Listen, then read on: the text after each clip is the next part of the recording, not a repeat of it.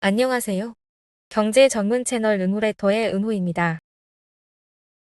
월요일 미국 증시는 9거래일 연속 상승세를 마감했습니다. 오픈AI가 수익을 추구하는 기업으로 전환하려던 계획을 철회하고 기존의 비영리 조직이 계속 회사를 통제하기로 결정했습니다. 2025년 들어 월가의 S&P 500 지수 전망이 줄줄이 하향 조정되는 가운데 웰스파고의 크리스토퍼 하비는 여전히 연말 7,007포인트를 자신하고 있습니다.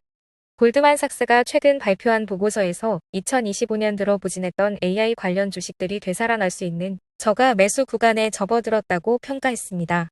알파벳 산하의 자율주행 기업 웨이모가 캐나다의 자동차 부품 대기업 마그나 인터내셔널과 손잡고 애리조나 메사에 있는 23만 9천 평방피트 규모의 로보택시 전용 공장에서 생산 능력을 2배로 확대하겠다고 밝혔습니다.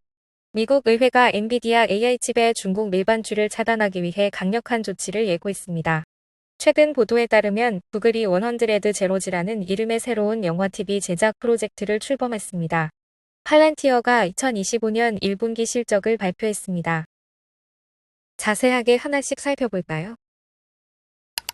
월요일 미국 증시는 9거래일 연속 상승세를 마감했습니다. S&P 500은 0.6% 하락했고 나스닥은 0.7%, 다우지수는 0.2% 하락했습니다. 이는 약 20년 만에 최장 랠리 이후 처음으로 나타난 하락세로 트럼프 대통령의 새로운 관세 발언이 투자 심리에 찬물을 끼얹었습니다. 트럼프 대통령은 해외에서 제작된 영화에 100% 관세를 부과할 계획이라고 밝혔으며 이는 넷플릭스, 파라마운트, 아마존 등 미디어 관련주에 부정적 영향을 미쳤습니다. 중국과의 무역 협상에 대한 구체적인 진전도 제시되지 않아 시장 불안이 이어졌습니다. 트럼프는 중국 시진핑 주석과 대화할 계획은 없다고 말해 미중 긴장 완화 기대감을 일축했습니다. 이러한 가운데 4월 미국 서비스업 지표는 예상보다 양호하게 나와 경기 둔화 우려를 일부 완화했지만 공급망 혼란과 관세로 인해 인플레이션 압력이 다시 커지고 있다는 신호도 함께 감지됐습니다. 특히 ISM 서비스업 구매관리자 지수의 가격 지불 지수는 2년 만에 최고치를 기록하며 기업들의 비용 부담 증가가 현실화되고 있음을 나타냈습니다. 채권 시장에서는 연준의 금리 인하 기대가 호퇴하며 2년물과 10년물 금리가 모두 상승했습니다. 연준은 이번 주 수요일 기준금리를 동결할 것으로 보이며 제롬 파월 의장의 발언에 시장의 관심이 집중되고 있습니다. 현재 시장은 연준이 오는 7월 첫 금리 인하를 단행하고 2025년 중 총 75bp 인하할 것으로 예상하고 있습니다. 시장에서는 현재 주가가 모멘텀에 의해 지지받고 있지만 무역정책 불확실성이 지속될 경우 경제활동 전반에 악영향을 미칠 수 있다는 우려가 커지고 있습니다. 모건 스탠리는 미중 무역 협상 타결이 없다면 S&P 500의 추가 상승은 어려울 것이라는 분석을 내놨습니다. 오픈AI가 수익을 추구하는 기업으로 전환하려던 계획을 철회하고 기존의 비영리 조직이 계속 회사를 통제하기로 결정했습니다. 이번 결정은 앨런 머스크와 전직 직원, 학계 인사들의 반발이 거세지며 촉발된 구조 개편 논란의 결과입니다. 오픈AI는 기존 비영리 재단이 지배권을 유지한 채 자회사만 공익기업 형태로 전환할 계획입니다. 이 구조 하에서 직원과 투자자, 비영리 단체 모두가 PBC의 지분을 보유하게 됩니다. 소프트뱅크 주도 하에 최대 400억 달러의 신규 투자 유치를 추진 중이며 이를 위해 투자자 수익률 상한선도 철폐했습니다. CEO 샘 알트먼은 이해관계자 모두가 미션에 동의했고 구조 변경 후에도 자금 조달이 가능하다고 밝혔습니다.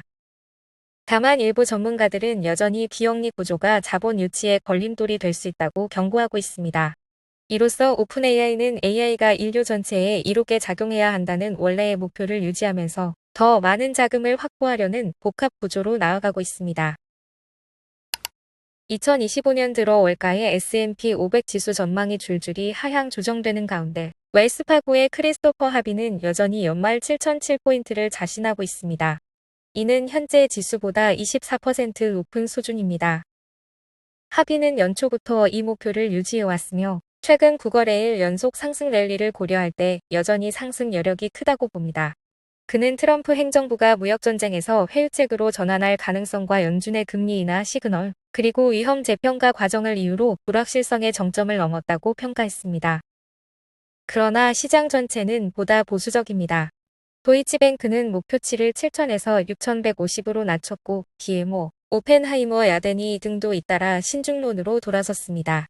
일부 전략가는 최근 반등에 힘입어 다시 상향 조정을 검토 중이지만 여전히 실적과 밸류에이션 부담을 지적하고 있습니다.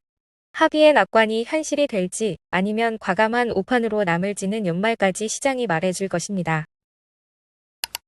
골드만삭스가 최근 발표한 보고서에서 2025년 들어 부진했던 AI 관련 주식들이 되살아날 수 있는 저가 매수 구간에 접어들었다고 평가했습니다. 특히 올해 초 딥시크라는 중국 기업의 발표와 트럼프 대통령의 무역전쟁 재점화로 AI 투자에 대한 회의론이 퍼지면서 관련 종목들이 20% 이상 급락했지만 최근 알파벳, 마이크로소프트, 메타 등의 실적이 기대 이상을 기록하며 투자 심리를 되살렸습니다. 골드만은 AI 테마 전반이 작년보다 저평가된 상태라고 분석하면서 브로드 AI 바스켓 기준으로 이익 흐름이 안정적인 반면 주가는 낮은 수준이라고 강조했습니다. 또한 미국 소비가 아직 강하고 단기적으로는 물가 급등이나 실업률 상승 가능성도 낮다고 보면서 AI 중심주의 반등 여력이 충분하다는 시각을 드러냈습니다. 무역 리스크가 일부 완화되고 있다는 점도 긍정적으로 작용하고 있습니다. 지금이야말로 AI 테마를 다시 살펴볼 시점일 수 있습니다. 알파벳 산하의 자율주행 기업 웨이모가 캐나다의 자동차 부품 대기업 마그나 인터내셔널과 손잡고 애리조나 메사에 있는 23만 9천 평방피트 규모의 로보택시 전용 공장에서 생산 능력을 2배로 확대하겠다고 밝혔습니다. 2026년까지 제교 아이페이스 기반 로보택시를 2,000대 이상 조립하고 연말부터는 자사의 6세대 웨이모 드라이버 기술이 탑재된 지크 RT 모델도 본격 생산에 돌입할 예정입니다. 해당 공장은 완공 시 연간 수만 대 규모의 완전 자율 주행차 생산이 가능한 역량을 갖출 것으로 알려졌습니다. 웨이모는 현재 오스틴, 샌프란시스코, LA, 피닉스에서 주당 25만 건의 무인 유료 택시 서비스를 제공 중이며 2026년에는 애틀랜타, 마이애미, 워싱턴 DC까지 서비스 지역을 확장할 계획입니다. 한편 테슬라도 오는 6월 오스틴에서 자사 모델 Y 기반의 로보택시 서비스를 출범시킬 예정이나 아직은 사람의 개입이 필요한 완전 자율주행 기술을 구현하지 못한 상태입니다. 웨이모는 레이더, 라이다, 카메라, 초음파 센서를 통합해 정밀한 주행을 구현하는 반면 테슬라는 카메라 기반 접근을 고수하고 있어 기술적 방식에도 차이가 있습니다. 미국 의회가 엔비디아 AI 칩의 중국 밀반출을 차단하기 위해 강력한 조치를 예고했습니다. 민주당 소속 빌 포스터 하원 의원은 향후 수준의 AI 칩의 위치를 판매 후에도 추적하고 수출 통제를 위반할 경우 칩이 작동하지 않도록 하는 법안을 발의할 계획입니다. 포스터 의원은 물리학자 출신으로 실제 칩을 설계한 경험도 있으며 엔비디아 칩에는 이미 이 기능의 기반 기술이 일부 탑재되어 있다고 강조했습니다. 현재 구글은 자사 데이터 센터 내 칩의 위치를 실시간으로 추적하고 있고 공화당 의원들도 이 아이디어의 지지를 표명했습니다. 특히 중국 딥시크 사례처럼 금지된 칩이 실제로 유입된 정황이 드러나면서 미국은 기술적 추적 시스템을 통한 수출 통제 강화의 속도를 내고 있습니다. 최근 보도에 따르면 구글이 100제로지라는 이름의 새로운 영화 TV 제작 프로젝트를 출범했습니다. 이는 헐리우드 제작사인 레인지 미디어 파트너스와의 단연 계약을 통해 운영되며 구글은 투자 또는 공동 제작 방식으로 콘텐츠에 참여할 예정입니다. 이번 프로젝트는 단순한 콘텐츠 사업이 아니라 AI와 공간, 컴퓨팅 기술을 문화 콘텐츠와 결합해 확산시키려는 전략의 일환입니다. 실제로 지난해 인디 공포영화 쿠프의 마케팅에도 참여한 바 있고 올해는 스위트워터와 루시드 두 작품이 공개를 앞두고 있습니다.